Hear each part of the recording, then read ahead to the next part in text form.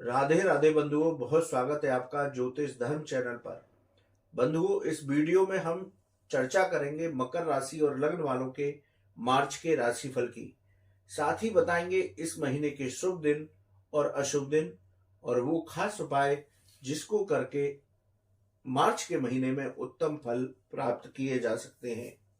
बंधुओं, आपसे करबद्ध निवेदन है कि आपने अब तक हमारा चैनल सब्सक्राइब नहीं किया तो प्लीज सब्सक्राइब कीजिए, जिससे कि आपको ज्योतिष और धर्म से जुड़ी हुई सही जानकारियां प्राप्त हो सकें।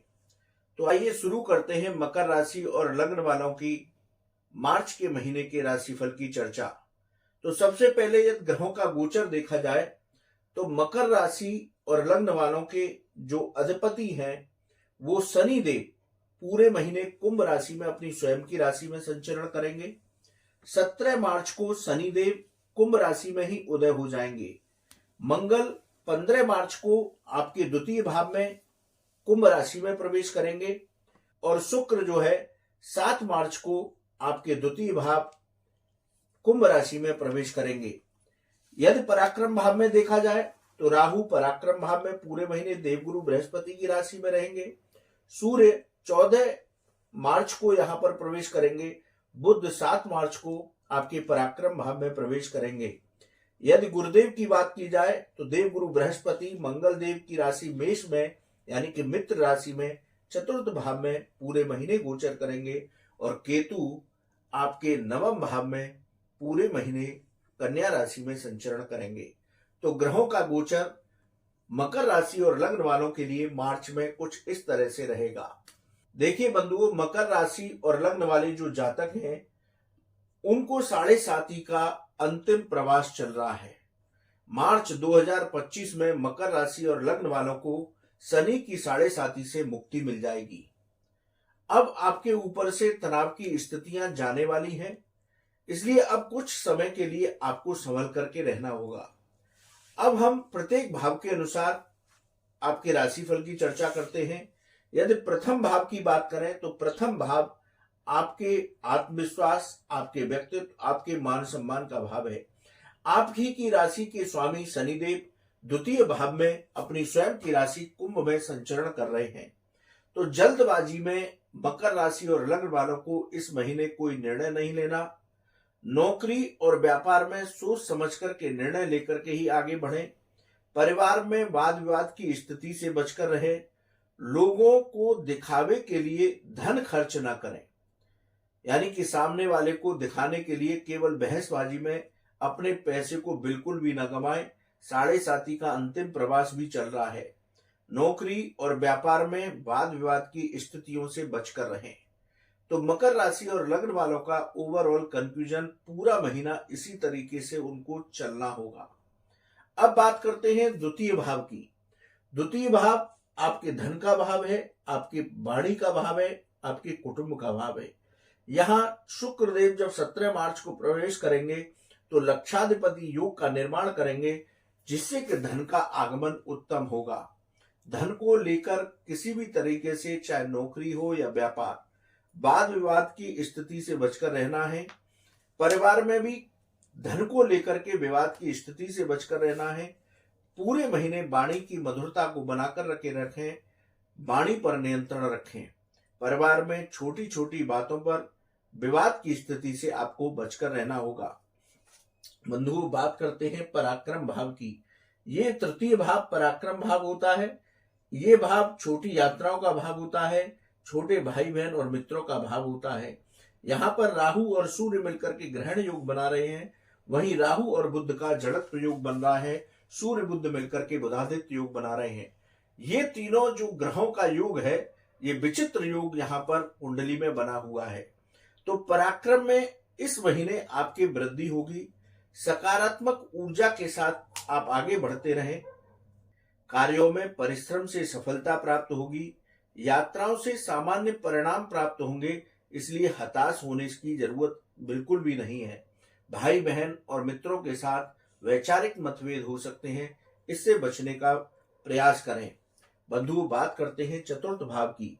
चतुर्थ भाव आपकी प्रॉपर्टी का, आपके वाहन का, आपकी माता जी का भाव है। या चतुर्थ भाव की चर्चा करें तो इस महीने, जैसा मैंने प्रथम भाव की चर्चा में बताया, कि किसी भी तरह की मानसिक तनाव की स्थिति से आपको बचकर रहना होगा। यदि आपका कोई पैतृक विवाद संपत्ति को लेकर के चल रहा था, इस महीने वो सुलझ जाएगा, लेकिन प्रॉपर्टी का लेन देन बहुत सोच समझ करके करना होगा। माता के स्वास्थ्य का भी ध्यान आपको इस महीने रख करके चलना होगा। बंधुओं, बात करते हैं पंचम भाव की। पंचम भाव आकस्मिक धन लाभ का भाव है, विद्या का भाव है, संतान का भाव है, प्रेम संबंधों का भाव है।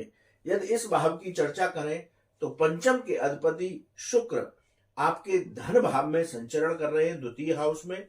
तो वाणी से जुड़े काम जो लोग करते हैं, एंकर हैं या लेखक हैं या वक्ता हैं, उनको इस महीने सफलताएं प्राप्त होंगी। विद्यार्थी वर्ग को भी इस महीने सफलताएं प्राप्त होंगी। स्टॉक मार्केट में जो लोग निवेश करते हैं उनको भी लाभ प्राप्त होगा, लेकिन सोच विचार करके ही मार्केट में आगे बढ़ना है। संतान पक्ष से इस महीने आपको सहयोग प्राप्त होगा। बंधुओं, बात करते हैं आपके छठे भाव की। छठा भाव आपके रोग, ऋण और शत्रुओं का भाव है। छठे भाव के अधिपति आपके पराक्रम भाव में संचरण कर रहे हैं बुध।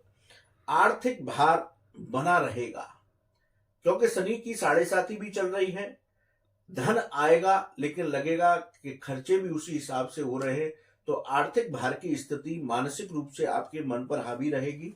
इसलिए व्यर्थ के खर्चों से बच करके रहें। कर्ज लेने की स्थिति से बचकर रहें। ऐसा धन का समन्वय करें कि कर्ज लेने की स्थिति ना बने। शत्रु पक्ष से इस महीने आपको चिंतित रहने की आवश्यकता नहीं है, लेकिन फिर भी विवाद की स्थिति कभी आती है तो उस विवाद की स्थिति को आपको टालना होगा। त्वचा और गले संबंधी परेशानियां आपके सामने इस महीने आ सकती हैं, इसलिए अपने स्वास्थ्य का ध्यान रखें। मौसम बदल रहा है तो टॉन्सिल आदि की समस्याएं आपको हो सकती हैं। बंधुओं, बात करते हैं सप्तम भाव की। सप्तम भाव आपके जीवन साथी का भाव है, व्यापार और व्यापारिक साझेदारी का भाव है। सप्तम भाव की चर्चा करें तो इस राहु का दृष्टि संबंध आपके सप्तम भाव से है। तो राहु मानसिक रूप से परेशान करता है, तो इसलिए जीवन साथी के साथ आपके वैचारिक मतभेद हो सकते हैं। छोटी छोटी बातों पर अपने जीवन साथी के साथ विवाद की स्थिति से बचें। व्यापार में कोई भी निर्णय ले रहे हैं तो जल्दबाजी में कोई निर्णय न लें। कोई भी डील सामने आती है तो पहले विचार करें, उसके बाद ही उसको आगे बढ़ें। लेकिन जो लोग केमिकल के काम से जुड़े हुए हैं उनको इस महीने बेहतर लाभ प्राप्त होगा। व्यापार में इस महीने साझेदारी करना चाहते हैं तो उसको टालने का प्रयास करें। इस महीने साझेदारी करने की आवश्यकता बिल्कुल भी नहीं है, वरना आपको लाभ की जगह हानि हो सकती है। बंधुओं, बात करते हैं अष्टम भाव की। अष्टम भाव आकस्मिक घटनाओं का भाव है, रिसर्च और विदेश संबंधी मामलों का भाव है।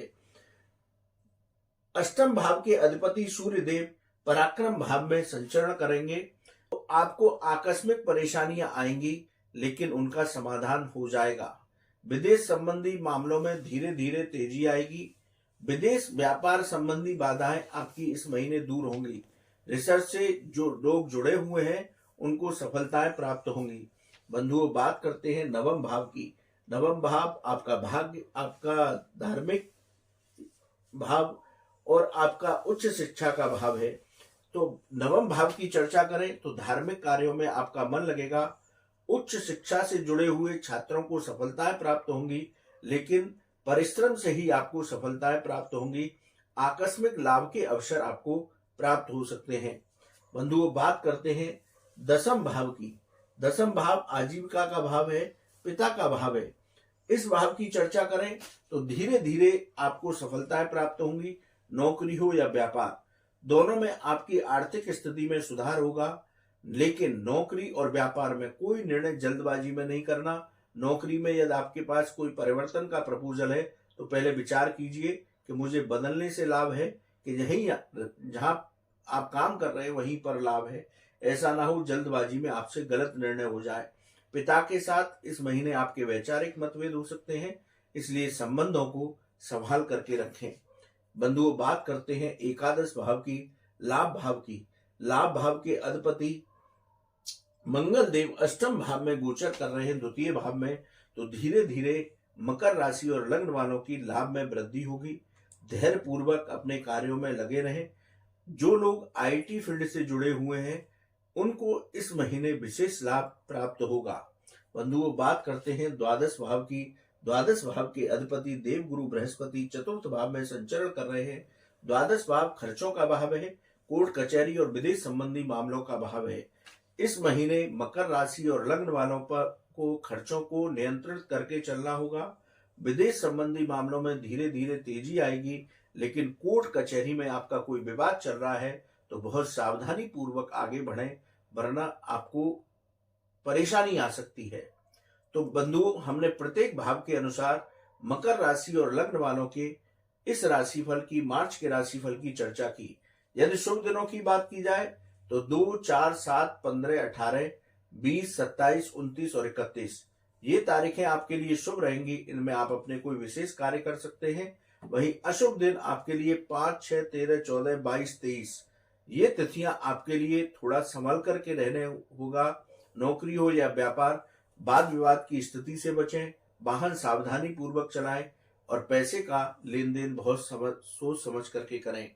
मकर राशि पर क्योंकि 7.5 का अंतिम प्रवास चल रहा है, तो इस महीने उनको शनि देव का तेलाभिषेक शनिवार के दिन करें। हनुमान चालीसा के जितने अधिक पाठ हो सकते हैं उतने अधिक पाठ करें और पीपल वृक्ष पर संध्या समय दीप दान करें। तो मकर राशि और लग्न वालों के लिए मार्च का महीना उत्तम फलदायी होगा। बंधुओं, आपको ये वीडियो कैसा लगा आप कमेंट बॉक्स में लिखें। आपका कोई सवाल है तो आप हमारे व्हाट्सएप नंबर पर लिखें, हम उसका जवाब अवश्य देंगे।